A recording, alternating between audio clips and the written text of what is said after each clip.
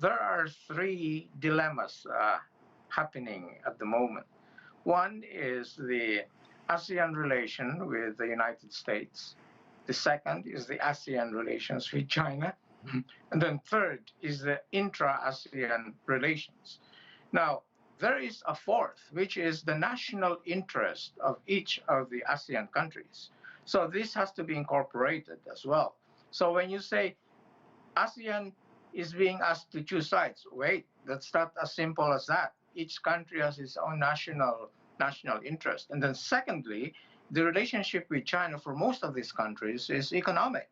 But there's also the historic relationship, which you cannot ignore. For example, the Philippines being a former colony, and several of the countries in ASEAN have some sort of relations with the United States put under a treaty or some kind of agreement, like Singapore has basing agreement, military basing agreement with the U.S. Of course, the Philippines just gave 9 access points to U.S. military. So each of these countries have their own kind of special relationship with the United States. But all of them have a relationship with China in economic terms. China actually comes relatively late in this game because China became powerful.